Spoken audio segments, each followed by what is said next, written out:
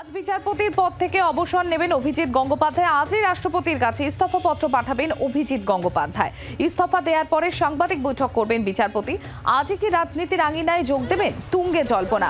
রাজনীতিতে যোগ দিলে কোন দলে যাবেন বিচারপতি গঙ্গোপাধ্যায়? হাইকোর্টের প্রধান বিচারপতির কাছে ইস্তফা দেওয়ার কথা। আজই রাষ্ট্রপতির কাছে ইস্তফাপত্র পাঠাবেন অভিজিৎ গঙ্গোপাধ্যায়। ইস্তফা দেওয়ার পরে সাংবাদিক বৈঠকও করবেন বিচারপতি। অর্ণবাংশু নিয়োগে আমাদের প্রতিনিধি রয়েছেন আমাদের সঙ্গে। অর্ণবাংশু, অভিজিৎ গঙ্গোপাধ্যায় বিচারপতি পদ থেকে ইস্তফাপত্র তিনি দেবেন এবং তারপর তিনি কি কোনো রাজনৈতিক দলে যোগ দেবেন সেই নিয়ে কিন্তু জোর জল্পনা একটা রয়েছে। সম্প্রতি ইস্তফা দেওয়ার উদ্দেশ্যে বিচারপতি গঙ্গোপাধ্যায় বাড়ি থেকে বেরোনো এবং হাইকোর্টে ঢোকা এই সময়কালের মধ্যে তিনি কোনো মন্তব্য করতে চাননি। তবে যা সূত্রে খবর, তিনি বর্তমানে সার্ধ শতবর্ষ বিল্ডিং এর ৫ তলায় তার নিজস্ব চেম্বারে আছেন। সেইখানে তার ইস্তফা দেওয়ার যে প্রক্রিয়া, লেটার, সেটা তিনি টাইপিং করছেন। কিছুক্ষণের মধ্যেই তিনি রাষ্ট্রপতির কাছে তার ইস্তফাপত্র পাঠিয়ে দেবেন। একই সঙ্গে তিনি পাঠাবেন দেশের সুপ্রিম কোর্টের প্রধান বিচারপতির কাছে, পাঠাবেন কলকাতা হাইকোর্টের প্রধান বিচারপতির কাছে।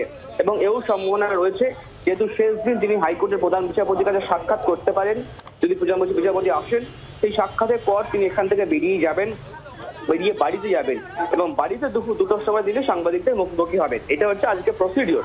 কিন্তু বিষয় হচ্ছে পরবর্তীতে তিনি কি করবেন।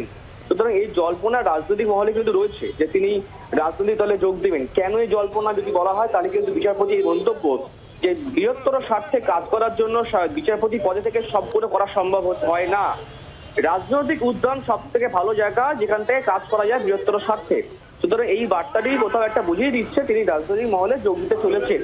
সম্ভাবনা রয়েছে আগামীকাল বা পরশু তিনি বিজেপিতে যোগ দেবেন এবং বিজেপি প্রার্থী হিসেবে তিনি নির্বাচনী প্রতিদ্বন্দ্বিতা করবেন।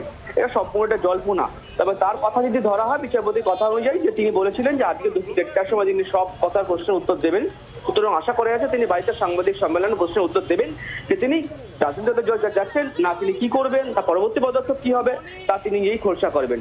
এখন সময় হচ্ছে তিনি কিছুক্ষণের মধ্যেই রাষ্ট্রপতির কাছে ইস্তফাপত্র পাঠাবেন। সম্প্রতি অর্ণবাংশু, তুমি নজর রাখো। আপনারা দেখলেন আমাদের প্রতিনিধি অর্ণবাংশু তুলে ধরলো আপনাদের সামনে যে যখন হাইকোর্টে ঢুকছেন বিচারপতি অভিজিৎ গঙ্গোপাধ্যায়, সেই সময়ের ছবি আপনারা দেখছেন। তার পাশাপাশি যে ছবিটা আপনারা দেখছেন সল্টলেকের বাড়ি থেকে বিচারপতি যখন বেরোচ্ছেন সেই সময়কার ছবি। এবং যেরকম আমাদের প্রতিনিধি অর্ণবাংশু বলল যে আজ বেলা 2টো নাগাদ সাংবাদিক বৈঠক করবেন এবং সম্ভাব্য কোনো রাজনৈতিক দলে তিনি যোগ দেবেন বলেই এখনো পর্যন্ত জল্পনা। তার কারণ বিচারপতি অভিজিৎ গঙ্গোপাধ্যায় তিনি নিজেই বলেছেন যে বিচারপতি এই ডেসিগনেশনে থেকে বৃহত্তর স্বার্থে কাজ করা যায় না, অনেক বাধ্যবাধকতা থাকে। রাজনীতির উদ্যানই হচ্ছে জায়গা যেখানে বৃহত্তর স্বার্থে কাজ করা যায়। এবং বিচারপতির এহেন মন্তব্য আরও তার রাজনীতিতে যোগদানের সম্ভাবনাকে জোরালো করেছে। রাজনৈতিক মহল থেকে কি প্রতিক্রিয়া পাওয়া যাচ্ছে শোনাবো আপনাদের।